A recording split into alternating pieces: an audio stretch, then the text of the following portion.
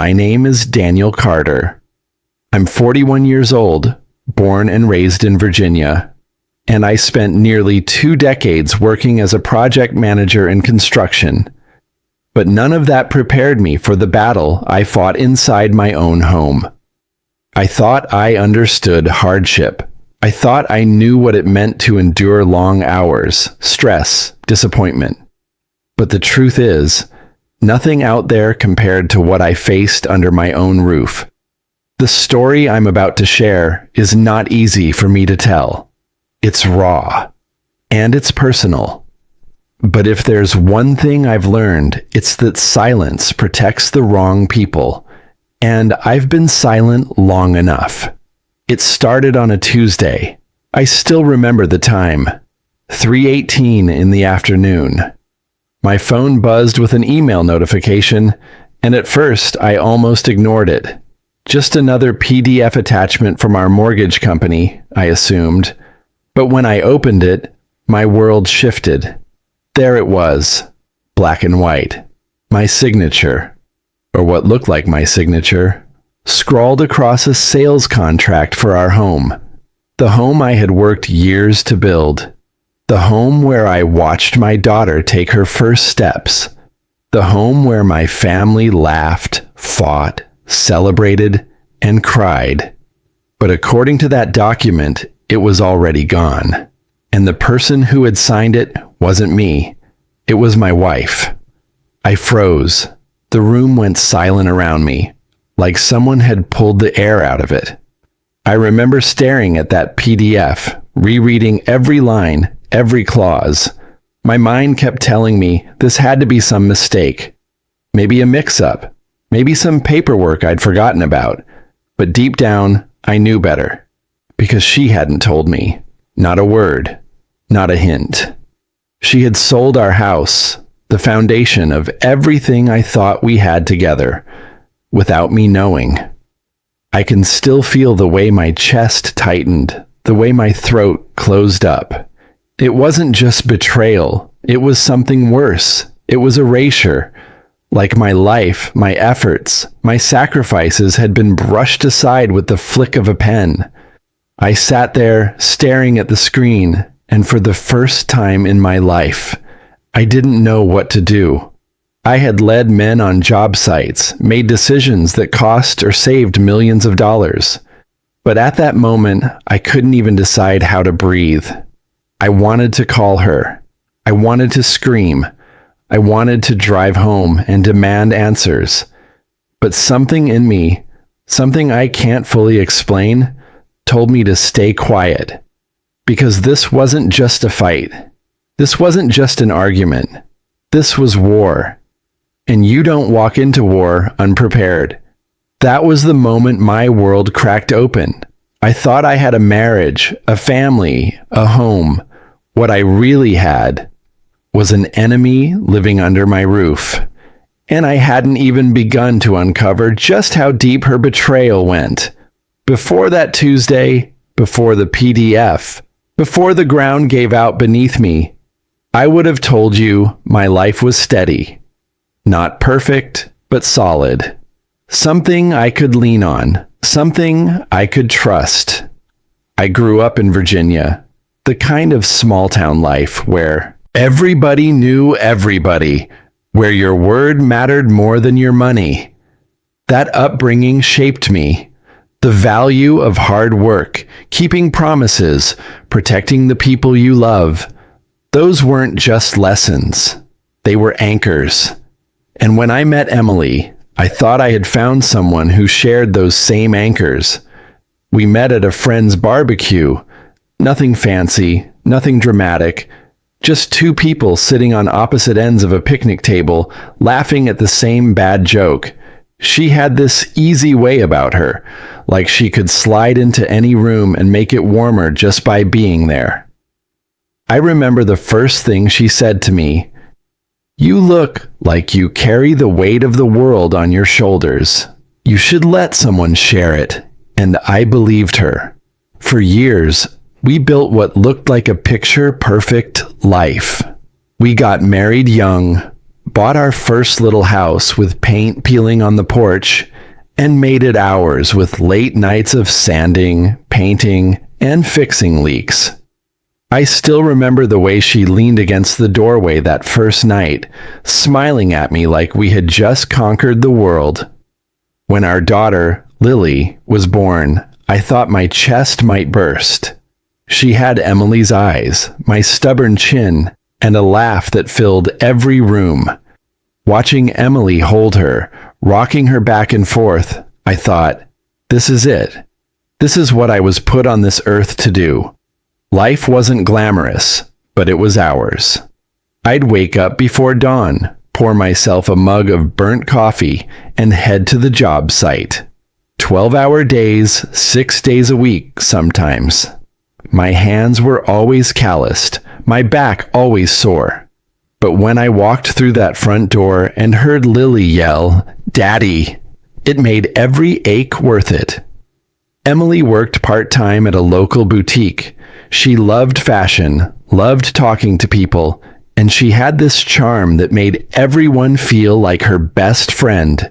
She'd tell me little stories about customers, about coworkers, and she always had this sparkle when she talked about her day. At least in the beginning. We had traditions: Friday pizza nights, Saturday morning pancakes, long drives in the fall just to look at the leaves. I held on to those moments like treasures, convinced that they were proof of the strength of what we'd built. But looking back, I can see how small things started to shift. It was nothing loud or obvious, just quieter.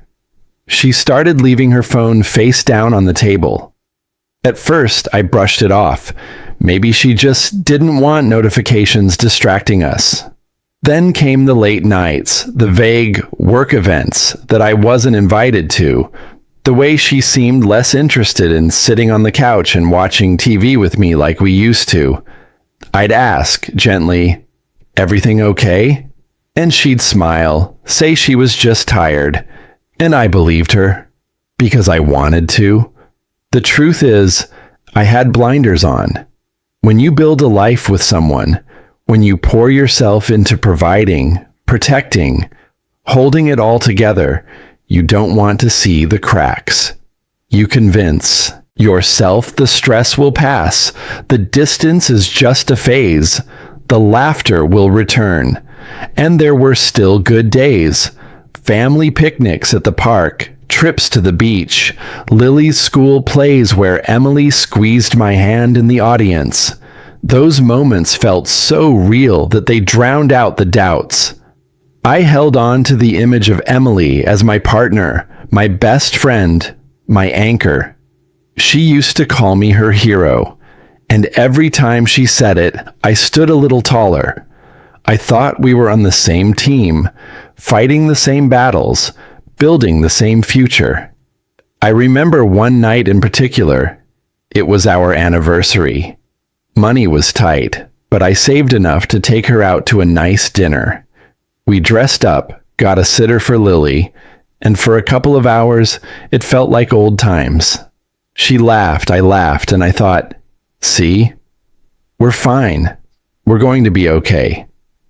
But even then, there was a flicker I didn't recognize, a kind of distance in her eyes when she thought I wasn't looking. If I had paid closer attention, maybe I would have asked harder questions. Maybe I would have pushed instead of accepting her easy answers. But I didn't. Because in my heart, I needed to believe that the woman sitting across from me was still the same woman who once leaned against a doorway, smiling at a peeling paint house like it was a palace. That was the life I thought I had. A wife who loved me, a daughter who adored me, a home built from sweat and sacrifice, and a future I could count on. I didn't see the shadows creeping in around the edges. I didn't see that while I was breaking my back to hold it all together, she was already loosening her grip. And I had no idea that the woman I trusted most was preparing to erase the very foundation of everything I thought was real. They say you don't notice the day the seasons change. You just wake up one morning and the air feels different. That's how it was with Emily. There wasn't one big explosion, no screaming match, no slammed doors, just little things. Subtle changes that stacked up like bricks until I couldn't ignore the wall they built between us. It started with the phone, always face down, always on silent. She used to hand it to me without a second thought if she was driving or cooking and needed me to check a text. But suddenly, it became an extension of her hand, guarded, private, locked away. I told myself it was nothing. Everyone values a little privacy, right? But then came the late nights. At first, it was once or twice a month. Inventory at the shop ran late. Girls' night with coworkers. The explanations were casual, believable, but then once or twice became once or twice a week. I'd sit on the couch with the TV flickering, the clock inching toward midnight, telling myself not to worry. She'd walk in smelling of wine, her makeup still fresh, her laugh just a little too loud. She'd kiss me on the cheek, say, "Sorry, babe, it ran long." And I'd nod, smile even, because what else was I supposed to do? Call her a liar without proof? Start a fight in front of Lily? Number. I swallowed it, told myself I was overthinking, told myself to trust her. But trust is a funny thing. Once the cracks form, every little sound echoes through them. I began noticing the whispers on the phone in the other room, the way she'd stop talking when I walked in, forcing a bright smile onto her face like a mask. I noticed the new clothes, expensive ones, the kind she never bought when we were watching every dollar. When I asked about them, she'd laugh, say they were on sale, or that a friend had given them to her. Maybe she thought I was blind. Maybe she thought I was too wrapped up in work to notice. But I noticed everything. One night, I woke up to the sound of her phone buzzing. It was 2:07 in the morning. I rolled over, half asleep, expecting her to silence it. But instead, she slipped out of bed, phone in hand, and walked down the hall. I lay there, staring at the ceiling, my heart pounding like a drum. Every instinct in me screamed to get up, follow her, demand answers. But I didn't. I just listened. Heard the faint hum of her voice, low and urgent, too soft for me to catch the words.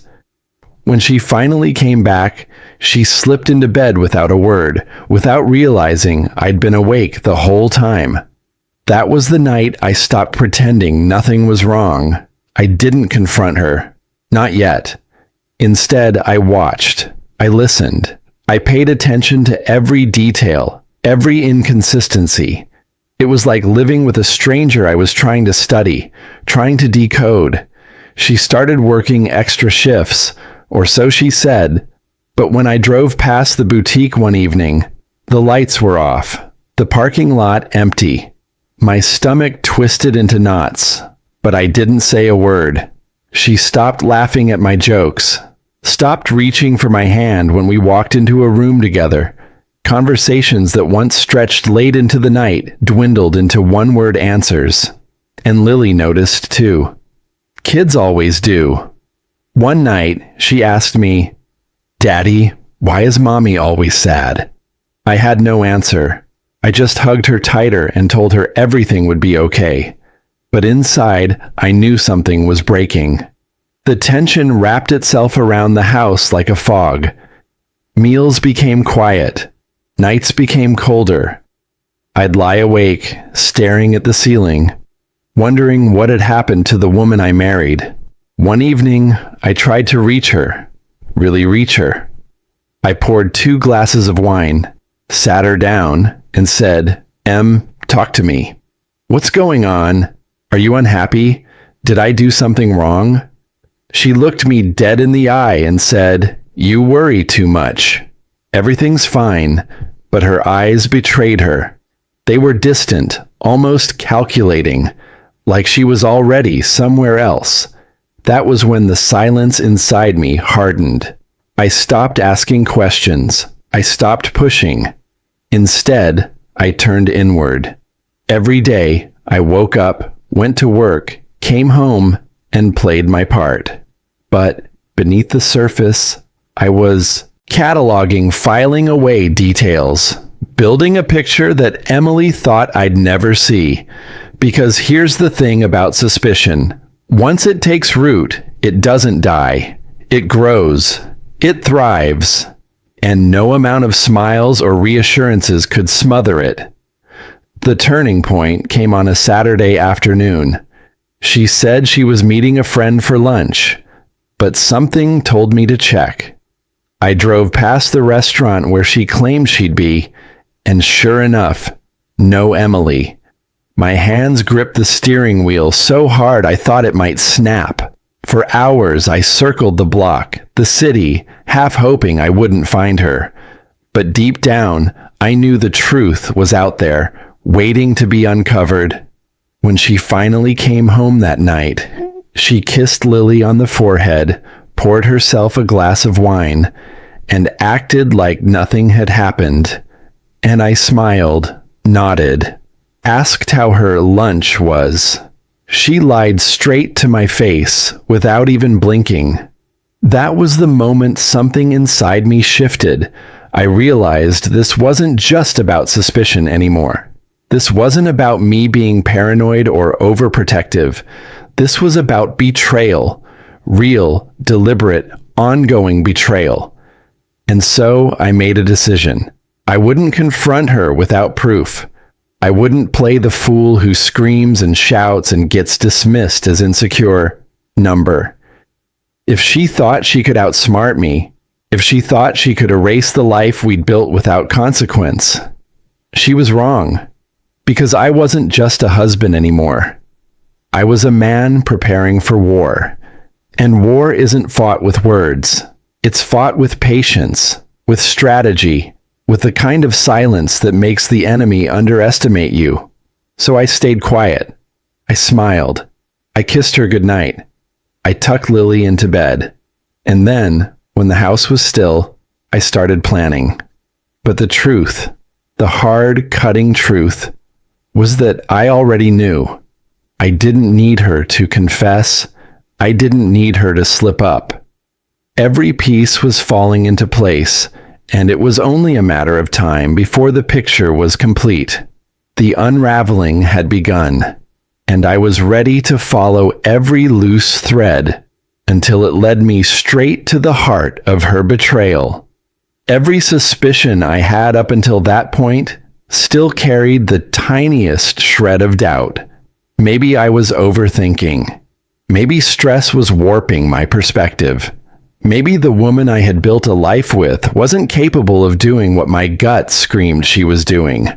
But then came the night that doubt died. It was a Thursday. Lily was asleep in her room, and Emily said she was heading out to grab a drink with coworkers. I kissed her on the cheek, told her to be safe, and watched her walk out the door. Only this time, I didn't stay home. I waited 10 minutes, then grabbed my keys and followed. My heart hammered in my chest the whole drive, not from fear, but from a grim, steady certainty. It felt like I already knew what I was going to find. I just needed the proof. She didn't head toward the restaurant she'd mentioned. She drove across town, toward the Marriott near the highway. I kept my distance, headlights low, pulse roaring in my ears. When she pulled into the parking lot, I parked far back and watched. My hands shook on the steering wheel, but I forced myself to stay still, to observe. And then I saw him. A man stepped out of a silver SUV, smiling as if he'd been waiting for her. Emily walked straight into his arms. No hesitation. No awkward distance, no coworker boundaries. She melted against him like she'd been doing it for months.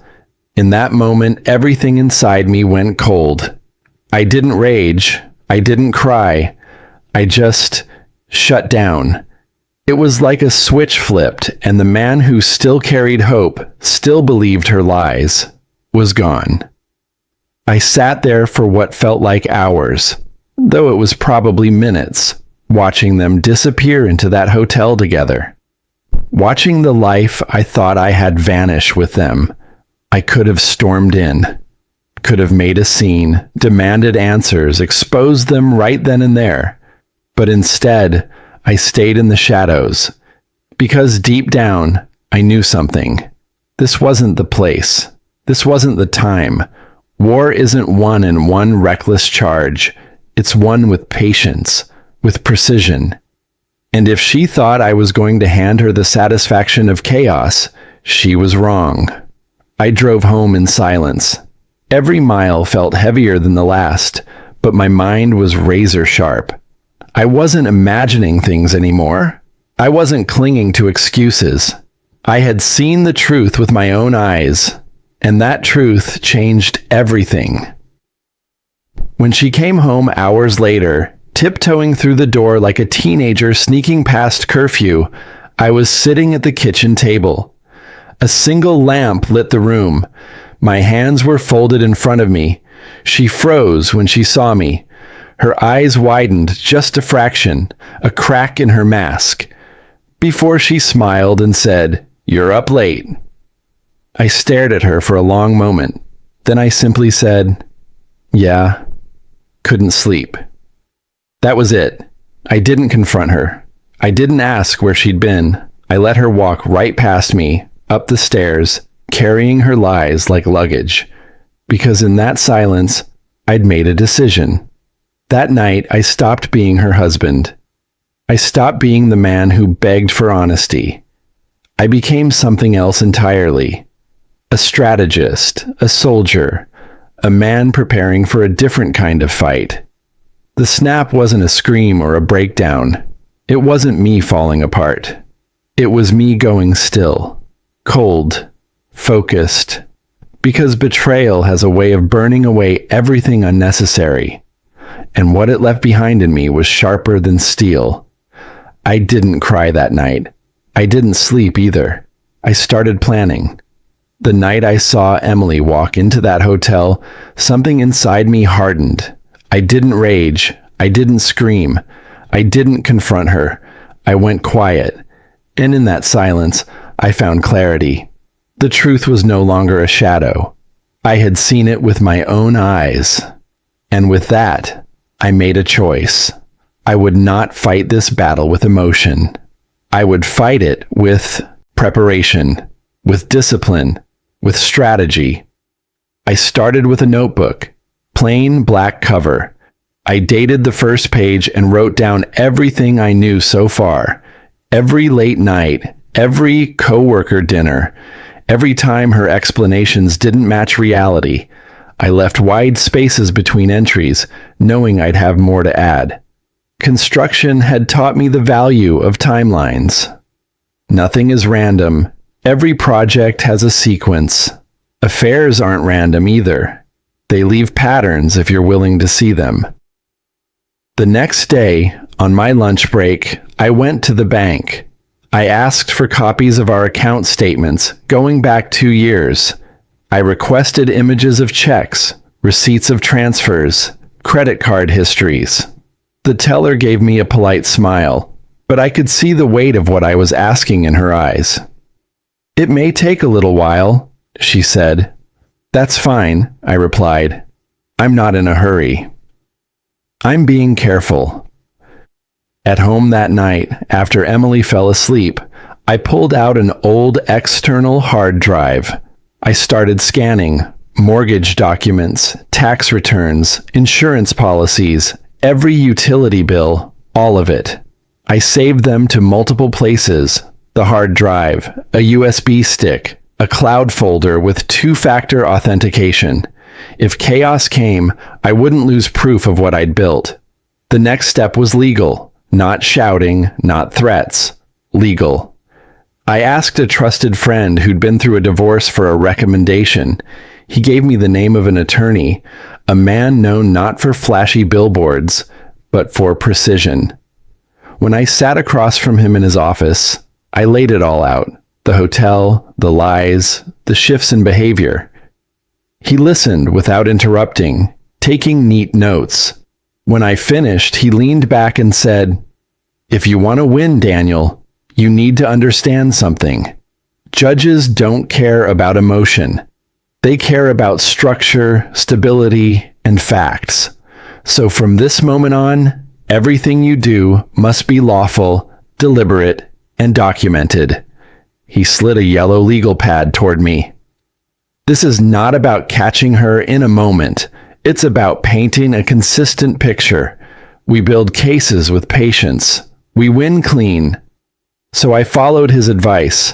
I began collecting every record I could access lawfully: cell phone bills showing calls at odd hours, bank charges at restaurants we'd never visited together, statements from the boutique where she worked, dates that didn't match her excuses.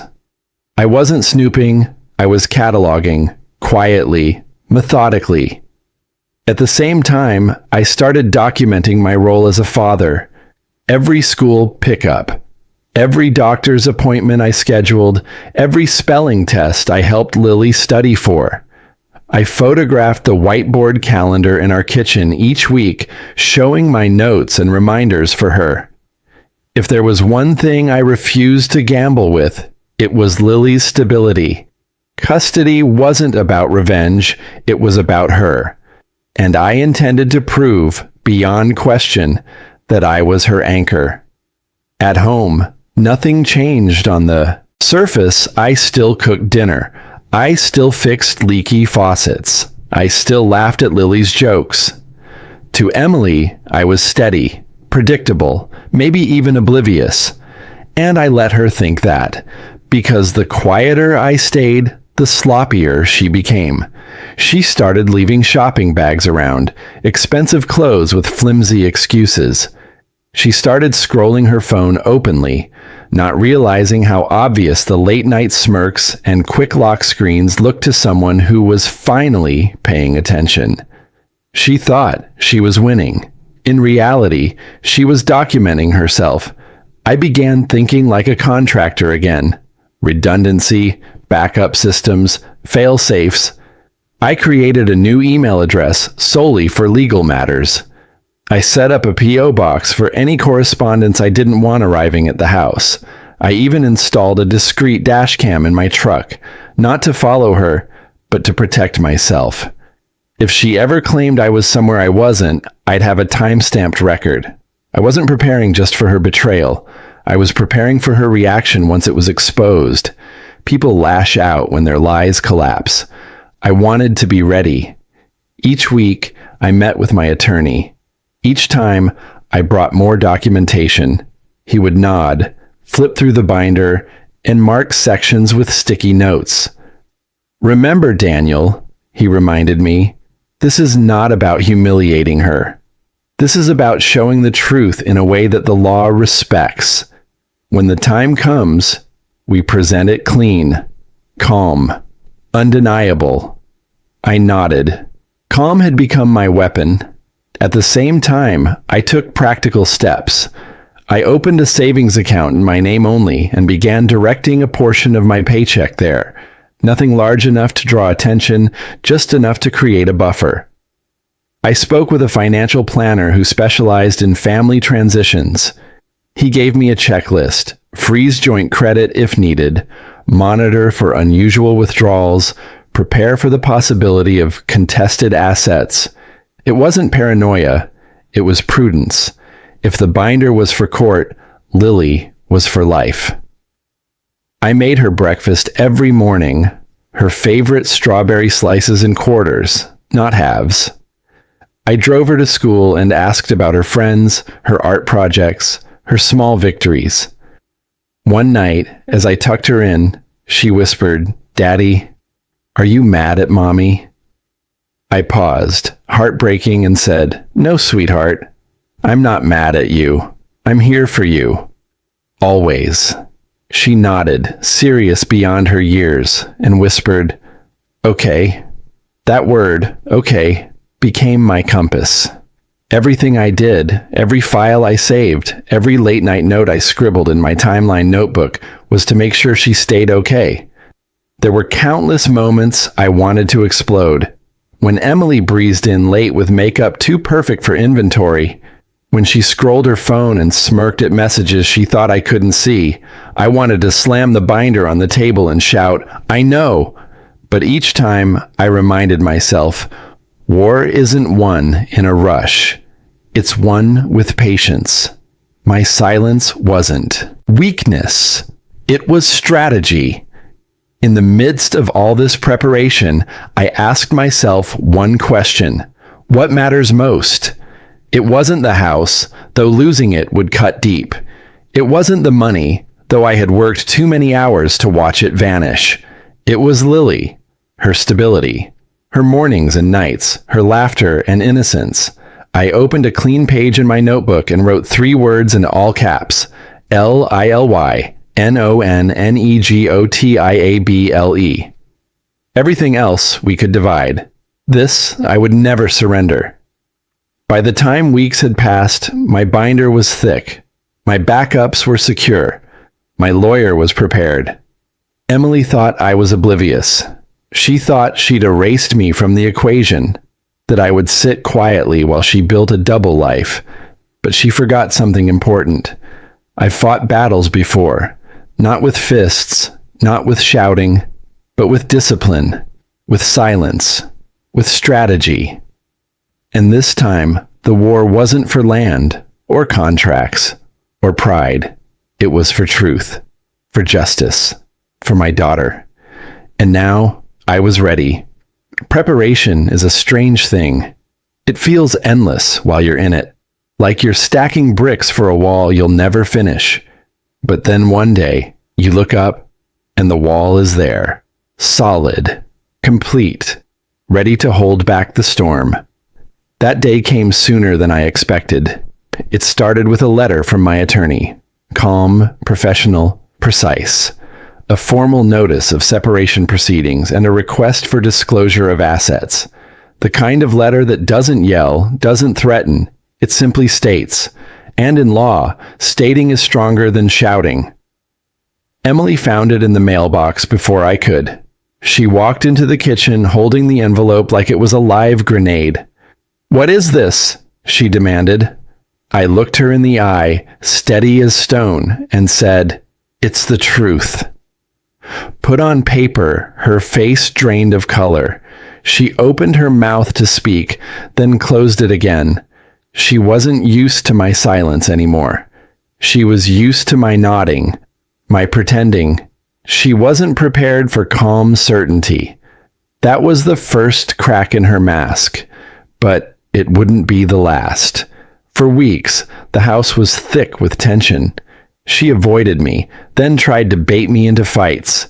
She accused me of being controlling, paranoid, even cruel. But every time, I repeated the same line my attorney drilled into me. "If you'd like to discuss this, my lawyer will contact yours.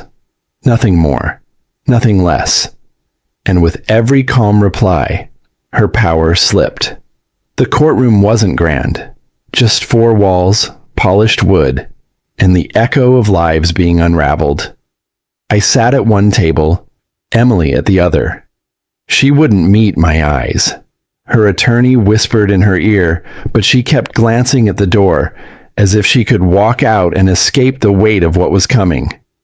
The judge entered, and everything began. My attorney rose with the precision of a man who'd done this 1,000 times. He didn't embellish. He didn't dramatize. He presented facts, bank statements, phone records, credit, card receipts, a clean, consistent timeline of absences and expenses that painted the truth without ever needing adjectives. When the hotel receipts came out, Emily shifted in her chair. When the credit card charges matched dates she'd claimed to be working late, she shook her head as if denial could rewrite the numbers. And then came the video. Weeks earlier, on my attorney's advice, I had installed a legally permissible doorbell camera. It had captured more than I ever wanted to see. Her arriving home at 2 in the morning, stepping out of a car that wasn't ours. Her walking up the driveway with a man beside her, their shadows tangled under the porch light. The judge leaned forward. The courtroom was silent except for the hum of the video playback. Emily's attorney objected, tried to spin it as a misunderstanding, but the timestamps, the footage, the receipts, they all spoke louder than words. And then came the final piece. A short clip from an indoor camera aimed at the entryway. The sound was clear. Emily's voice unmistakable, saying to someone on the phone, "He'll never see it coming. He's too busy, too trusting. I already sold the house once without him knowing. He doesn't pay attention." The words echoed in the courtroom like a gunshot. Emily froze. Her face went pale. Her lips pressed thin. She didn't look at me. She couldn't. My attorney didn't gloat. He didn't need to. He simply pressed pause and let the silence do the work. The judge's expression never changed, but his questions cut sharp. Why hadn't she disclosed these assets? Why had she failed to provide accurate information about her whereabouts, her income, her decisions regarding the property? Her answers stumbled, fell apart, contradicted themselves, and with each contradiction, her credibility bled away. I sat still. I didn't smirk. I didn't lean forward. I just breathed, steady and even, because this wasn't about theatrics. This was about truth. By the end of the session, the judge had ordered full financial disclosure, temporary custody arrangements in my favor, and restrictions on joint accounts until the proceedings were complete. The gavel came down, and it was like a weight lifted. Not joy, not celebration, but relief. The kind of relief that comes when you finally stop holding your breath after months underwater. Emily walked past me on her way out, her eyes red, her mouth tight. She didn't say a word, and I didn't either, because there was nothing left to say. Revenge wasn't the shouting. Revenge wasn't the fight. Revenge was the truth, laid bare in front of the only people who mattered, the judge, the lawyers, the record, cold, clean, undeniable. And in that silence, I won. When the gavel fell, the war was over. Not every battle, not every hardship, but the war that had consumed me for months, the war of doubt, deception, and discovery. I walked out of that courtroom lighter than I had walked in, not because I felt triumphant, but because I finally felt free. The truth was no longer something I carried alone. It was written, recorded, and recognized. The weeks that followed were strange. The house felt different. Quieter, yes, but emptier too. Emily's presence lingered in the walls, in the way her perfume clung to the upstairs hallway, in the hollow space on the other side of the bed. For a long time, I kept expecting her to walk in with that old smile, as if the past year had been nothing more than a bad dream. But the truth was, that woman had been gone long before the court saw the evidence. I grieved her like a death, not because I wanted her back, but because I had to accept that the person I loved, the woman who leaned against a doorway of our first house, laughing at peeling paint, no longer existed.